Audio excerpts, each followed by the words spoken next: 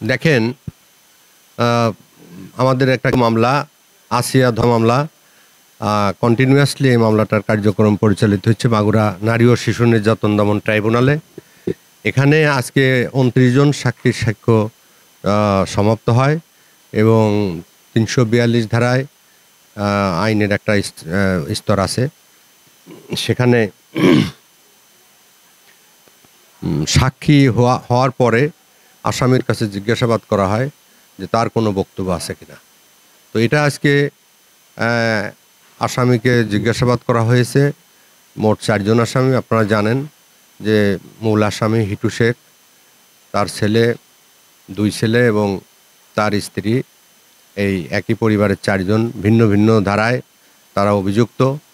তারা কিন্তু আদালতে তাদের বিজ্ঞ আইনজীবী ছিলেন এবং তারা বিজ্ঞ আদালত তাদেরকে জিজ্ঞেস করেছিল যে আপনাদের বিরুদ্ধে এই ২৯ জন সাক্ষী যে সাক্ষ্য প্রদান করেছে, এই বিষয়ে আপনারা দোষী কি নির্দোষ।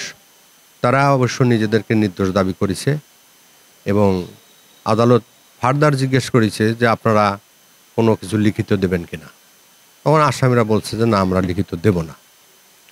তো এই মতো অবস্থায় এই মামলাটার পরবর্তী দিন ধার্য করা হয়েছে আগামী সোমবারে, নেক্সট ওপেনিং ডে।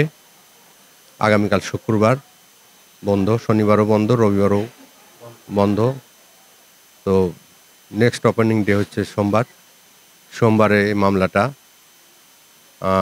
আর্গুমেন্টের জন্য উঠবে। তো আমরা যারা বিজ্ঞ আইনজীবী আছি, এই মামলায় আর পক্ষে দাঁড়িয়েছি। বিশেষ করে আমাদের বিএনপির মাননীয় ভারপ্রাপ্ত চেয়ারম্যান জনাব তারেক রহমান সাহেব আমাদের ৫ জন আইনজীবীকে একটা প্যানেল এখানে আর মামলা পরিচালনা করার জন্য এবং পিপি সাহেবকে, রাষ্ট্রপক্ষকে সহায়তা করার জন্য একটা প্যানেল আইনজীবী নিযুক্ত করেছেন। আমি সেই প্যানেল আইনজীবী একজন। আমরা এই মামলাটা রাষ্ট্রপক্ষের হয়ে, আর পক্ষ হয়ে আমরা এই মামলাটা বিজ্ঞ পিপি সাহেবকে আমরা সহায়তা করছি, মাননীয় আদালতকে আমরা সহায়তা করছি। আর মাত্র কয়েকটা দিন পরেই আমরা এই মামলার রায় পাব। কোর্ট মানে অত্যন্ত স্বচ্ছতার সাথে এবং তীক্ষ্ণ দৃষ্টি রেখে এই মামলাটার বিচার কার্য সম্পন্ন করে যাচ্ছেন।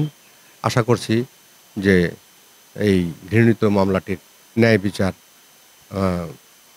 দেশের জনগণ পাবে, দেখতে পাবে এবং এই মামলার রায়ের মধ্য দিয়ে এই জঘন্যতম ঘটনার বিচার প্রতিষ্ঠিত হবে। খান রুকনুজ্জামান সাহেব, আপনার কাছে একটা কোশ্চেন ছিল আমার। সেটা হচ্ছে যে তিনি যে বিচারকের কাছে সামনে দাঁড়িয়ে এজলাসে বললেন যে আমি লিখিত কোনো অভিযোগ দিব না এবং যারা সাক্ষী দিয়েছে সেগুলার বিরুদ্ধে বললেন, অর্থাৎ আমি নির্দোষ।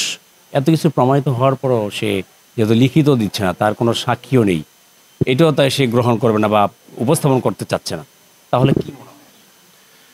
না, এটা তো এই মামলায় অন্যান্য সাক্ষীরা বাদীর বক্তব্যকে করবরেশন করেছে এবং বাদীর বক্তব্যকে সমর্থন করেছে। এখানে মেডিকেল ডকুমেন্ট আছে, সায়েন্টিফিক প্রমাণ আছে এবং এখানে অনেকগুলো দালিলিক প্রমাণ এবং সায়েন্টিফিক প্রমাণের বিষয় রয়েছে। মৌখিক সাক্ষী, ডকুমেন্টারি সাক্ষী এবং দালিলিক সাক্ষী, এই সব কিছু মিলেই তো একটা জাজমেন্ট হবে। আসামিরা তো, সব আসামি তো বলে যে আমি নির্দোষ এবং এটা আসামিদের একটা কমন কথা যে আমি নির্দোষ স্যার, আমাকে মিথ্যে মামলায় ফাঁসানো হয়েছে, এভাবেই তো বলে। জি, সেটা যাই হোক, এটা তো আপনি একটা টেকনিক্যাল কোশ্চেন করছেন। এই টেকনিক্যাল কোশ্চেনটার উত্তর একটা সাবজুডিস মামলায় আমরা আগাম এভাবে বলতে পারি না, কারণ এটা আদালতের ব্যাপার। কেননা ঘটনা তো বহু ম্যানারে, বিভিন্ন কায়দায় অপরাধ সংগঠিত হয়ে থাকে। অপরাধীরা তো তাদের অপরাধ কর্মকাণ্ড যাতে প্রকাশিত না হয় তার জন্য তো তারা হরেক রকমের পরিকল্পনা করেই এগুলো করে। তো যাই হোক, সব কিছুই আদালত সিদ্ধান্ত নেবে। আমরা আশা করছি যে বিচার অঙ্গনে এই মামলাটি রায় আগামী সপ্তাহেই হবে মর্মে আমরা ধারণা করছি। হ্যাঁ, আপিল করার অধিকার আইনগত আছে, আপিল করার সুযোগ আছে। তিনি মহামান্য হাইকোর্টে আপিল করতে পারেন তারপরে সুপ্রিম কোর্টেও তিনি ওই আদেশের বিরুদ্ধে যেতে পারেন।